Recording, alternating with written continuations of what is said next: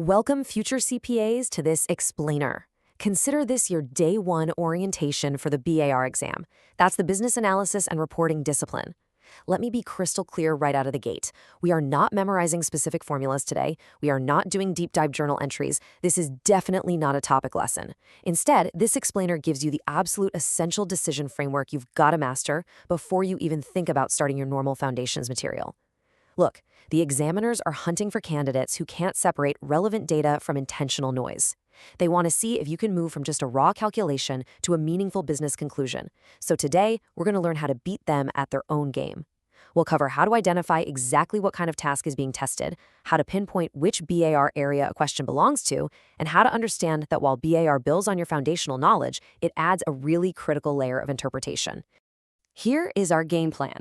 First, the paradigm shift. Second, the core areas. Third, our 6-step framework. Fourth, we'll run through some area simulations. And finally, calculation versus conclusion.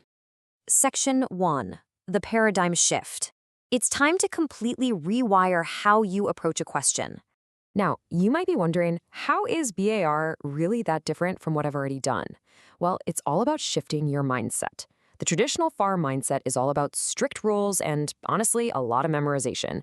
Think about it. In FAR, you memorize the rule, you apply it to the facts, you get the accurate number, you match it to option C, and boom, you breathe a huge sigh of relief, you're done.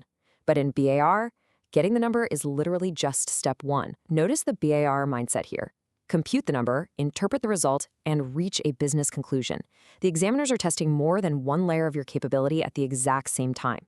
Sure, they're testing your technical knowledge and your applied calculation skills, that's a given. But then they layer on interpretation, business impact analysis, and recommendations. Many of these questions are going to start with a FAR-style accounting foundation. Absolutely. But BAR demands that you explain what that calculated number actually means for the business. Oh, and it's also worth noting that BAR shares a little bit of DNA with AUD. Specifically, that's your ability to analyze source documents, sniff out what matters, and verify assertions. But make no mistake, the true foundation of this discipline is built heavily on FAR-style content. Basically, you are accountants, but for this exam, you also have to be advisors.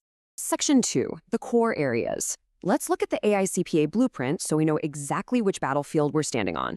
According to the blueprint, the exam is carved up into 3 main sections. Area 1 makes up 40 to 50% of the exam. This covers business analysis, cost accounting, budgeting, valuation, risk, and economics. Out of all of them, this area is probably going to feel the newest to you, mostly because it heavily requires real business intuition. It is highly analytical, it's decision-focused. It'll ask you to evaluate market conditions or internal operational efficiencies rather than just doing debits and credits.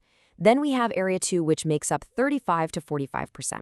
This focuses on technical GAAP and SEC accounting and reporting. We're talking complex topics here: revenue recognition, leases, derivatives, the whole shebang. Finally, Area 3 is 10 to 20% of the exam, focusing entirely on state and local government accounting. Now, Area 2 and Area 3 will strongly build upon your FAR-style foundation, so that's good news. But remember the paradigm shift. They will demand an extra layer of presentation and analysis that you just didn't have to demonstrate before. Section 3, the 6-step framework. This right here is your repeatable process for exam day. To prevent getting totally lost in the weeds of complex calculations, and let's be honest, we accountants love to overcomplicate things, you need a strategic mental model, a playbook. You must memorize the 6-step decision framework and apply it sequentially to every single BAR problem you face. Step 1, identify the task type. Before you even think about grabbing your calculator, ask yourself, what is this? Is it a variance analysis, a journal entry, a reconciliation, a disclosure question, or maybe a decision between alternatives? Pin that down first. Step 2, identify the area. Are we in Area 1, Area 2, or Area 3? Knowing this tells your brain exactly which mental rulebook to open up. Step 3, identify what information matters. BAR questions are infamous for massive, headache-inducing information dumps. They intentionally try to overwhelm you. You must actively filter out the background noise and ask, what numbers actually drive this calculation? Step 4, apply the correct accounting or analytical method.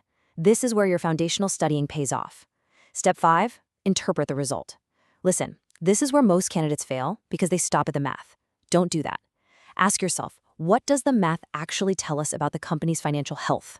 And finally, step 6, reach the business or reporting conclusion. Compute, interpret, conclude. Seriously, do not skip a single step here. Section 4, area simulations. Let's look at some tactical execution and see this framework in action. Okay, I want you to imagine you're sitting in the Prometric testing center, your heart's beating a little fast, and this exhibit pops up on your screen.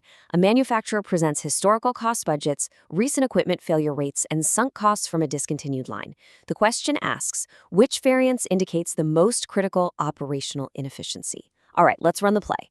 Step 1 of our framework, identify the task. Well, looking at it, this is a ratio and variance analysis task. Step 2, identify the area. Evaluating operational inefficiency, that is clearly Area 1, managerial and cost accounting. Now hold on, before we start crunching numbers to find variances, we must move to Step 3, which is identifying what information actually matters. And this is where it gets fun. Look at how we categorize the data to filter out the examiner tricks. The historical cost budgets? That's signal. It's good data. We absolutely need that baseline to calculate any kind of variance. The recent equipment failure rates? Also signal. That's the primary driver that's going to ultimately explain why an efficiency variance even occurred. But look closely at that third item, sunk costs from a discontinued line. Actually, pause and think about that. Sunk costs from a discontinued line? That is pure noise. Why? Because by definition, sunk costs cannot be changed by future actions. They have absolutely zero bearing on current operational efficiency. The examiners literally just put that number there hoping you'll panic, mistakenly factor it into your variance formula, and choose the wrong multiple choice option. By isolating only the data that matters, you're setting yourself up for a clean, accurate analysis. So, following our framework, we apply the method to calculate the variance, and then we interpret and conclude.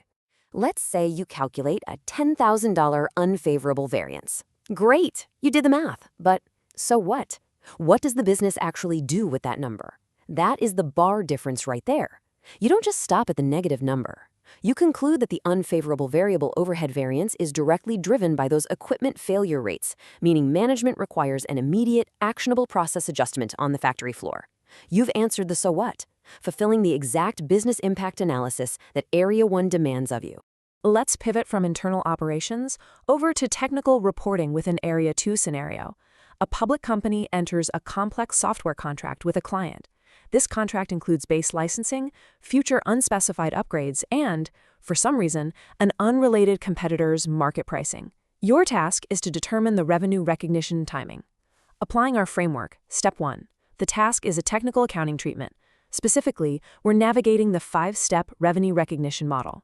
Step 2. This is Area 2, technical GAAP and SEC reporting. Now let's move to Step 3 and filter out this massive data dump.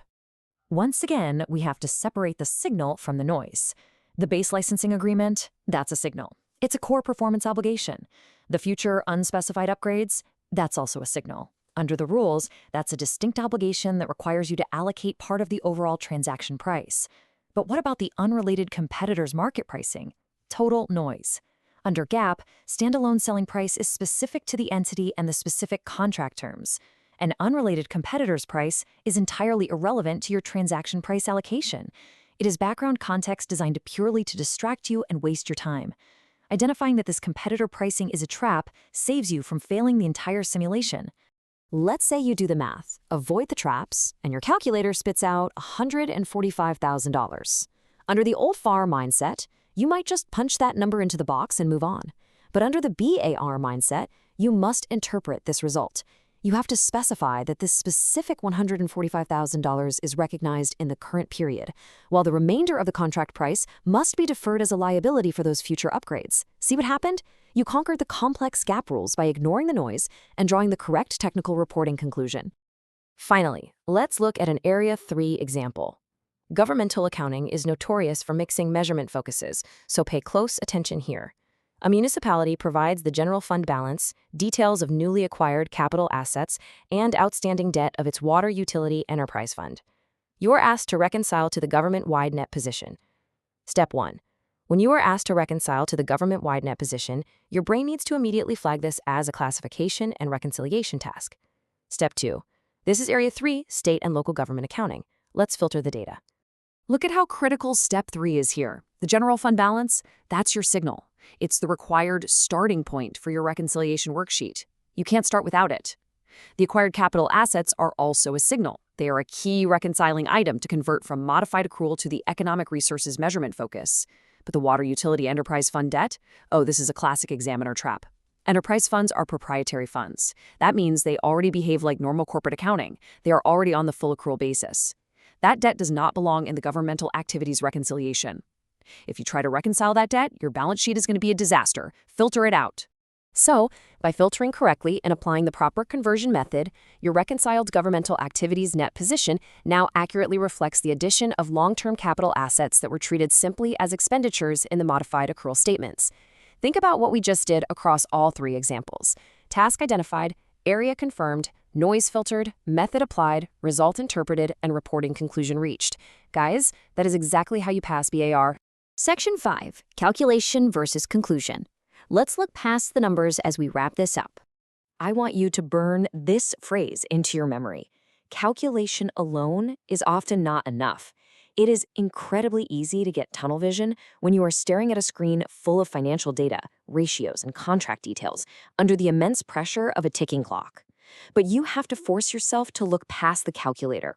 The bar exam heavily rewards the candidate who can do both parts of the equation. Yes, you must accurately execute the math and know the FAR-style technical rules. We aren't minimizing that. But equally important, you must be able to articulate exactly what that resulting number means for the business, for the investors reading the financials, or for the specific reporting requirement. Honestly, anyone can memorize a FAR rule. But the candidate who can calculate a variance and explain what caused it, or the candidate who can allocate a transaction price and conclude on the precise timing of the revenue, that is the candidate who passes. Compute, interpret, conclude. Your challenge now is to carry this exact 6-step decision framework into every single Area 1, Area 2, and Area 3 topic you study from here on out. Whenever you face a practice question, I want you to stop immediately reaching for your calculator. Pause. Identify the task. Identify the area. Filter the noise, interpret the math, and make the decision. After all, what good is a perfectly calculated number if it leads to the exact wrong business conclusion? Take this playbook, apply it to the foundations, and go crush it.